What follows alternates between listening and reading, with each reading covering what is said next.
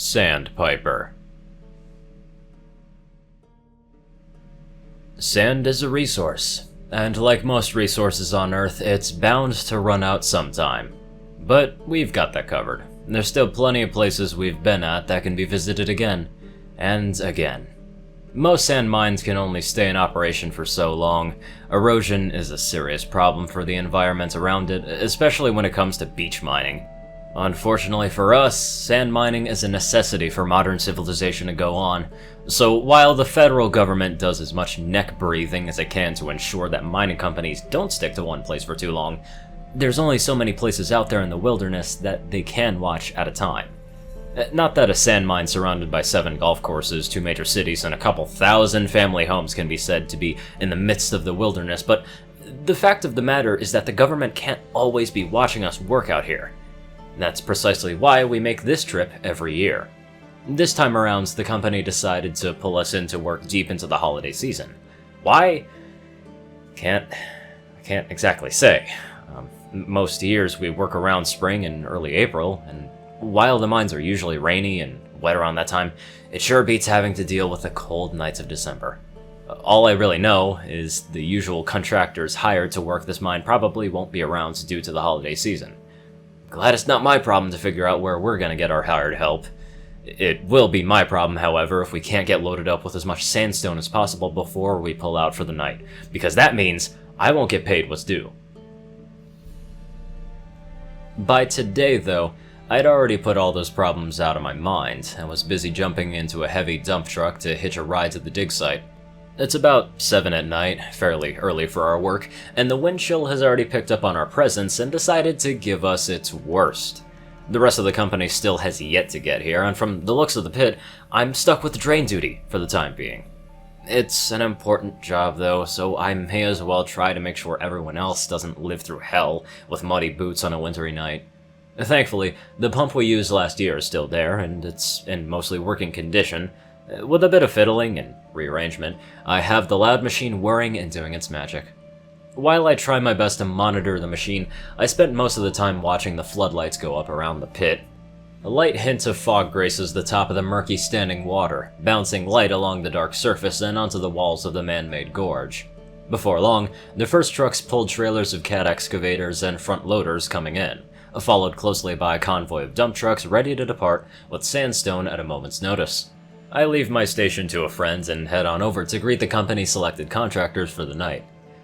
I almost laugh when I see a pony climb out of one of the trailer trucks. Now, while ponies aren't too recent of a development on Earth, I wasn't quite expecting to see one working, likely as a contractor, in a sand mine, of all places.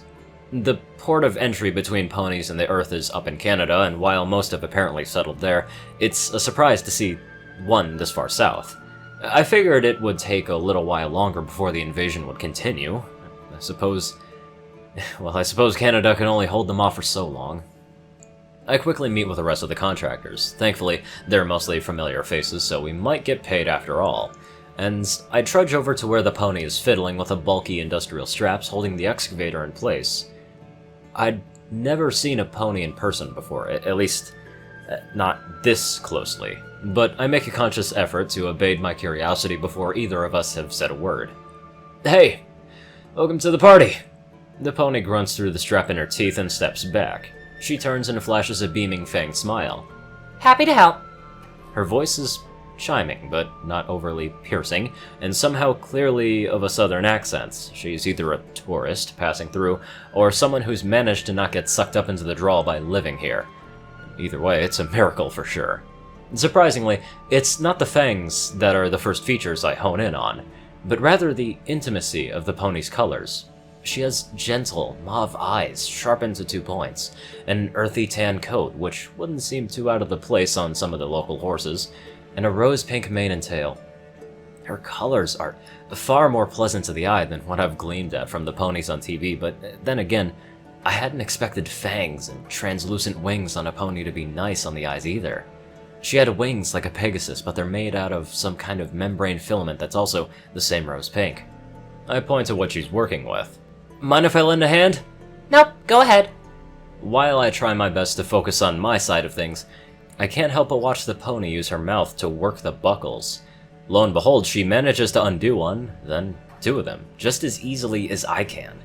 We finished with our straps at about the same time, and without a word, she flaps her way up to the excavator, pulls a door open, and slips into the cabin. The excavator rumbles to life with a growl, and I hear her call out, "Can you drop the ramp, please?" "Sure," I reply. I make my way over to the release at the back of the trailer and switch it. The metal hinges squeak as the ramp thuds to rest against the barren earth. I step back and allow myself a few moments to watch the pony maneuver the excavator down the ramp and out of the way. As she's passing me by, I soak in her skill with the machine. Not once during the process of offloading the excavator from the trailer did she make a mistake. Not even a minor one. I've seen people who've been working with us for years consistently stall the excavator on startup, throttle in the wrong direction, and just generally fail at going down the ramp. Here's a pony. A pony who's been on Earth for at least less than 2 years, driving this excavator like she's been born to do it. When she rolls to a stop, I clamber up to the side of the excavator and knock on the glass. "You drive pretty well for a pony."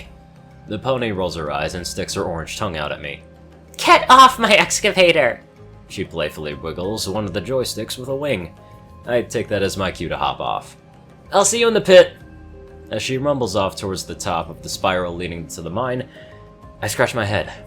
I'm kinda caught somewhere between impressed and bewildered.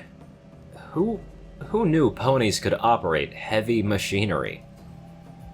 As far as mining goes, it's less about doing work and more about letting the machines do the work, but with her around, this pony might as well be the machine. I think the foreman may have had prior experience with a pony because she had no qualms whatsoever with bringing her into the planning process for the blasting. Not only did she perform a large amount of field work in terms of literally sounding out the mine for weak points, because I'm pretty sure tapping and pressing her ears against the walls of the mine wasn't just a farce, but post-blasting. Her skill with the heavy machinery may as well have been limitless. For a moment there, we all probably thought the same thing. We're out of a job. Thankfully, though, she decided to show us all some mercy and gave us a chance to lift our own stones. The truckloads of sand and sandstone left the mine hour by hour, and by the time midnight struck, we had far surpassed expectations and were looking forward to finishing up early for the night. The pony seemed a little downtrodden after the foreman told her that there would be no more blasting tonight because she up and disappeared. Most of us had split off into our usual little groups to have ourselves a classic midnight lunch, because there's nothing that says graveyard shift like packing a lunch for midnight. I, on the other hand, had plans to find myself a perky pony. It didn't take much time to find her. An old treehouse and the hints of a pink tail hanging over the edge of some aging boards were enough to do the trick. I tug on the rope ladder experimentally. It doesn't give way as I put one foot on, then the next. I'm a pretty bulky guy, but I guess I'll have to trust that this thing will hold me. Up I go. I figure she hears me coming by the time I'm halfway up. She's already shifting her weight and making the boards creak. I pull myself up to the rest of the way and peek over the edges of the hole leading to where the house part of the treehouse would have been. I spot her laying on the edge of the house, looking towards the northern horizon. Huffing, I nearly collapse on the boards next to her. The pony looks at me with her brows furrowed. I smile at her and lift the strap of my cooler over my head. I dig around for a moment in the moonlight and retrieve one of my cold cuts. The cheese has melted in that perfect, lukewarm way, where the sandwich is still cold, but the meat and cheese have become one. As I take my first bite, I hear her sniff. "That's not mayonnaise," she says pointedly. "but it looks like it." I wipe my forehead with the back of my hand. I got sweaty by climbing 20 feet. Am I really that out of shape? And swallow my bite. Yeah, it's Miracle Whip. Everyone hates it but me. Bite me. She laughs a little bit. "Actually, I hate mayonnaise." My heart skips a beat. I thump an empty palm against my chest. My God. Are you a woman after my own heart? "Well, I'm a mare, but maybe." She licks her lips, and I suddenly get nervous about the look she's giving my sandwich. "I've never heard of it before. Is it any good?" Well, they market it as a dressing, but I think it's a lot better than mayonnaise, at least when it comes to sandwiches. "Can I try some?" I pause mid-bite and stare at her. there's meat in this. What kind? That catches me off guard. I look back at my sandwich and back at her. Ham. Her face hardens, and she's quiet for a moment. What does that come from? Pigs. She loosens instantly. Oh, you mean pork! A blush as pink as her mane overtakes her. Sorry, the ponies on Earth orientation didn't mention that. Trust me, I took notes. I gave her a good-natured grin. Yeah. I think ham is like processed pork or something. I shake my head. Anyway, you sure you still want some? I thought ponies didn't eat meat. Well, I'm not exactly your usual pony, but I'd like to try some. I shrug. It's a yes. Alright then. I tear off a piece of my sandwich and offer it to her. She takes it carefully from my hand with a hoof, sniffs it tentatively, then pops it into her mouth. She chews briefly, then swallows. Huh. That's different. Good different, or...? Well, good. It's good. It's good. She nods. I might have to pick some of that up next time I go out for groceries. I smile. Oh, it's nice to finally have some pony else on Team Whip. I laugh and she smiles. We lapse into a comfortable silence, but I chose to break it. Say, what did you mean by usual pony? Huh? She looks back from the view. Oh, I'm a Thestrel. She shines her fangs and sports her membrane wings. Most ponies just call us bat ponies, and I'm sure you can figure out where that particular name comes from. We have better eyesight, better hearing. She flicks her tufted ears with a hoof. Dare I say, better flying, and can digest meat a lot more easily than, say, a Pegasus. She licks her lips. Meat also probably tastes a lot better to us than normal ponies because of our sense of smell. That's pretty cool, I comment earnestly. I figure those ears of yours are, well, why you're so good at knowing where to place det cords then. She nods again, but enthusiastically. It's pretty easy, once you get the hang of it. You just have to figure out the right frequencies and the rock bounce back from the thinner segments. And how long have you been working with us? She rubs her chin with a hoof. About 2 months, give or take. I've been here for a lot longer than I thought I would, but the Grand Strand is really pretty, especially when you can fly over it. She sighs dreamily. It's like the Manhattan beaches out there, except you don't have to deal with as many Pegasi. As she goes back to looking over the view, I realize I can't hold back my curiosity any longer. Not to pry, but what are you doing out here in Myrtle? She doesn't turn back from the view this time, but I can see her thinking her words over carefully. Seeing what your world has to offer, I guess. While every pony else is up in New Canada, I'm out here striking out on my own. Her shoulders hunch. It's just so tiring to get around, though. The only reason I'm here is that Myrtle Beach International is one of the few airports that host airliners for ponies, and even then, there's not enough interest outside of Canada to make life more pony accessible.